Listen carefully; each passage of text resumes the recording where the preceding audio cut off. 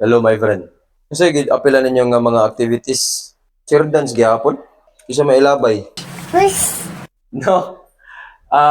Good afternoon, students.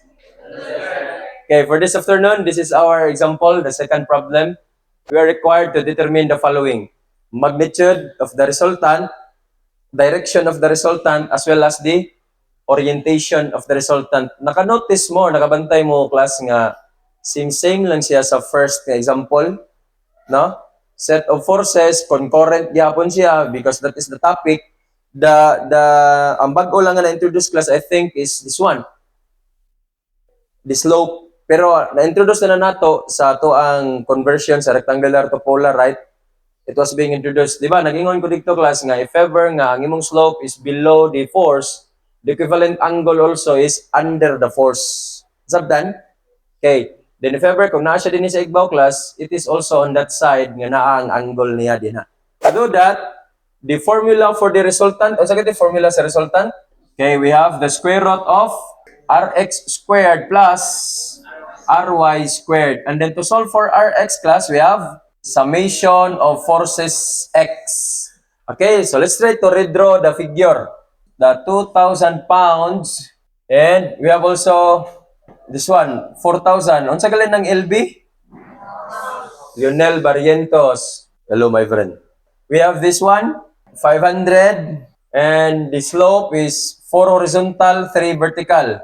Last, we have 300 pounds, having an angle of 30 degrees. So in all, class, we have 1, 2, 3, 4, 5. And then, di ba, we're going to solve this one using the analytical approach. So, di ba, ang analytical approach, class, is components. It's all about component. Na ba angle nga ako na kulang? Think wala na, no? So, di ba, we're going to solve for this one, class, in an analytical approach, or rather siyang i-dissolve into components. Si 2,000, class, automatic siya nga y component. Now, the 400, the 4,000, na siya ay x component and y component. This means that this is 4,000 sine cosine. Cosine of 30. This one, 4,000 sine of 30. This one, class, the 500. Now, 3, 4, ang slope, automatic 5 na siya. Let's be careful. You know why?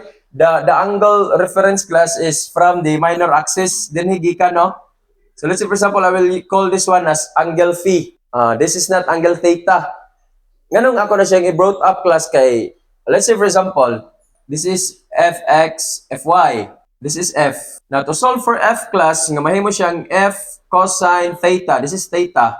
Then f sine theta. This is fx. This is fy. Mahimo nga cosine og sine si fx og fy, class, if the angle is from the x-axis. Kana, kung gikan gani siya, class, sa major axis ba, or gikan gali siya sa minor axis, automatic na si fx cosine theta. Di ba, gi-show naman ako ni, it's because of cosine theta nga formula nga adjacent over the hypotenuse f.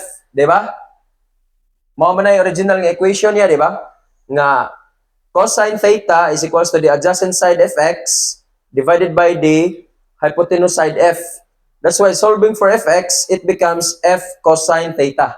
But if ever, class, nga ang atong angle bitaw is kinigikan sa minor axis, let's say, for example, this is angle phi na siya. It turns out nga this becomes fy, no? Di ba si fy na ni? And this is now fx. So obviously, class, if this is the angle, ang opposite niya, kisa may opposite, si fx na. So opposite, that is sine, di ba? Sine phi is equals to the opposite side, fx, divided by the hypotenuse side nga si f. Solving for fx, class, fx is equals to f sine phi. So therefore, si fy, class, mabaliktad po siya. May mo siyang f cosine phi. Now, anong ako na siyang gi-brought up sa inyo, it's because na ay times nga ang atong angle, class, is from the weak axis or gikan siya sa y-axis. Mabaliktad siya. Just like this one, oh. Diin gikan ang atong angle. Diin gikan atong angle from the y-axis since the slope is under the force. gikan siya sa y-axis. So that means, ang imong x din na class, mahimong sine phi. And that is opposite over the hypotenuse. So na siya 500, opposite 4 over hypotenuse 5. Then next, Fy, we have 500 adjacent 3 over the hypotenuse 5. Di malipat ha? Simple. Kano sa kay ka mogamit og cosine sa x og sine sa y if ang angle is gikan sa x-axis. Nya kano sa man nga mabaliktad siya. Okay, pag ang angle gikan din niya. Simple. Okay, ako na siyang klarohon. Let's say for example, this one, nakay duha ka force. Kani theta, kani theta. X-axis man tanan. Si phi class kani gikan siya dinha kana. So pasabot if ang angle naa din ni class, the components of this one mahimong fx sine, fy cosine. But if the angle is from the major axis, your x becomes cosine and your y becomes sine. Gikan na siya sa concept sa triangle. Sa trigonometry na naka-concept nga sine and cosine. Klaro lang? Hello my friend. Simple. Okay, so let's proceed now. Rx is equals to, how about this force? Na ba siya x value? Wala. How about this one? Positive, negative? Negative, no? So this is minus 4,000 cosine of 30. This one, naagi hapon, minus 500, then 4 over 5. Kani? Wala. This one, na ano? Towards dito, that is 300 cosine of, then downward, nga 300 sine cosine. Sine of 30. So this is plus 300 cosine of 30. Now give me the value of negative 3,604.29. No? So Rx next, Ry, that is just simply y1 plus y2 plus number of forces along y-axis. Ry is equals to, kanina by y nga component?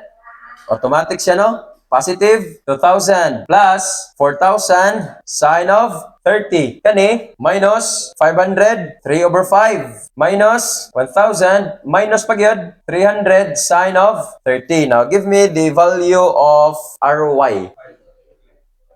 Positive 2,550 lbs. Simple. Now, as you can observe, class, Rx is negative, Ry is positive, still falls on the second quadrant. Okay? Hello, my friend. So, let's go now in solving the resultant. Resultant R is equals to the square root of Rx, negative 3604.29 square plus 2550 square. Okay, give me the value of the resultant, magnitude.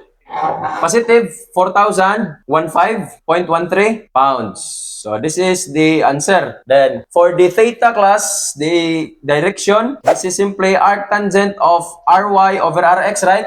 Ry nga 2550 divided by the negative 3604.29. Now give it the value of theta. So negative 35.28 degrees. Di ba? Unsay pasabot ani nga angle gani class? Unsay pasabot anang anong nag-negative siya? Okay, gikan siya sa second quadrant sa negative x-axis towards or clockwise siya padulong sa ato ang resultant force. Na, di ba na? If this is the resultant na din ni second quadrant, di ba? Diri siya gikan class padulong adto. Negative x-axis niya clockwise ang direction niya. Kuha? Simple. Then the orientation angle class, since naman sa second quadrant, dili siya ma-equivalent sa direction, di ba? The orientation angle is simply 180 minus this value, di ba? 35.28 degrees. Now, give me the value of the orientation angle, 144.72 degrees. So, this is now the answer. Simple. Hello, my friend.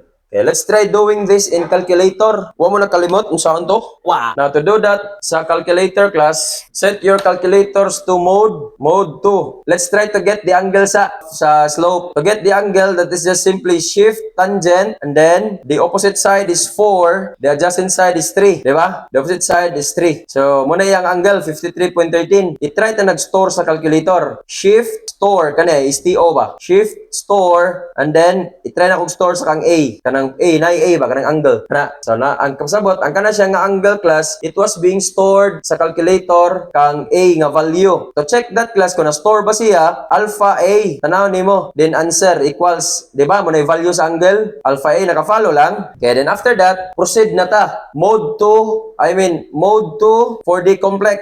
Type nimo ang first nga force, that is 2,000 galay angle gani 90 plus 4,000, the angle ni 4,000 150 plus the third force class 500 nya ang iyang angle ana class 270 minus sa katong ato ang gi-store nga angle. Nasabtan nganong 270 man kay from here ni ana man tano nya mao man ning angle ang i-minus nato, di ba? This angle is being stored at A. From this point ni rotate ta to 70, balik man ta minus siya. Intindi lang? Simple. Next, then make sure class ha nga ang angle ba kung duha ka buok bitaw sa calculator, make it nga naka parenthesis gid siya. Make sure nga naka parenthesis siya. Plus the 1,000, the angle niya is 270. Ang 1,000 plus the 300, the angle is 360 minus 30. So let's try to answer. Okay, this is our theta ni ba? Na 4415 and the 144.72. To get the RX-RY class, shift mode, arrow down, then complex CMPLX 3, then A plus BI. Akong pilion, A plus BI. Mugawa si RX ag si RY. The negative 3604 and then the 2550. Nakafalo. Simple. Push, Papa! Follow lang. Siguro ang uban sa inyo ang nigawas ganina is RX-RY una before pa ang angle. Simple.